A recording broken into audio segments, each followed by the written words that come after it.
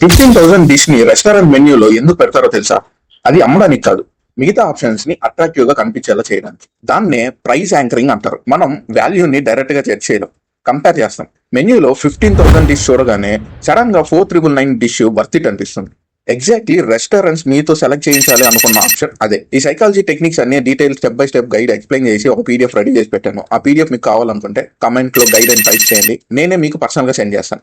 ఇది రెస్టారెంట్స్ మాత్రమే కాదు, every brand, every marketer, every product designer ఇదే స్ట్రాటజీని ఫాలో అవుతారు. ఒక్క ఆప్షన్ ని హైలైట్ చేస్తే మిగతా ఆప్షన్స్ అన్ని బెటర్ డీల్ లా కనిపిస్తాయి. మీ బ్రెయిన్ కి నేనే డెసిషన్ తీసుకున్నా అని అనిపిస్తుంది, కానీ రియాలిటీ ఏంటంటే మీ డెసిషన్ ని design, psychology, positioning already influence చేస్తున్నాయి. ఈ ప్రిన్సిపల్ అర్థం చేసుకుంటే మీరు కస్టమర్స్ ఎలా థింక్ చేస్తారో అర్థం చేసుకోగలుగుతారు. రిమెంబర్, ఇది ఫోర్స్ చేయడం గురించి కాదు, పీపుల్ వాల్యూని ఎలా పర్సీవ్ చేస్తారో అని దాన్ని గైడ్ చేయడం గురించి. Every price, every option, every product ఒక సైకాలజికల్ లెవర్ లాగా పనిచేయచ్చు.